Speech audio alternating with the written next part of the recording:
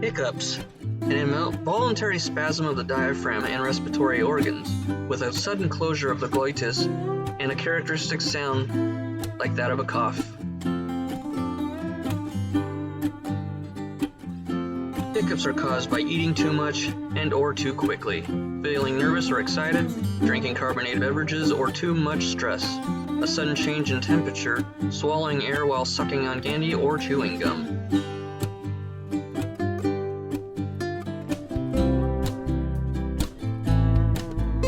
Here are some of the ways you can cure hiccups. I hope these help you, because they certainly have helped me, especially when I'm nervous, like right now. Hold your breath and swallow 3 times. Breathe into a paper bag. Drink a glass of water quickly. Swallow a teaspoon of sugar. Pull on your tongue, or gargle with water. I hope this video helped you with your reoccurring hiccups. Thanks for watching.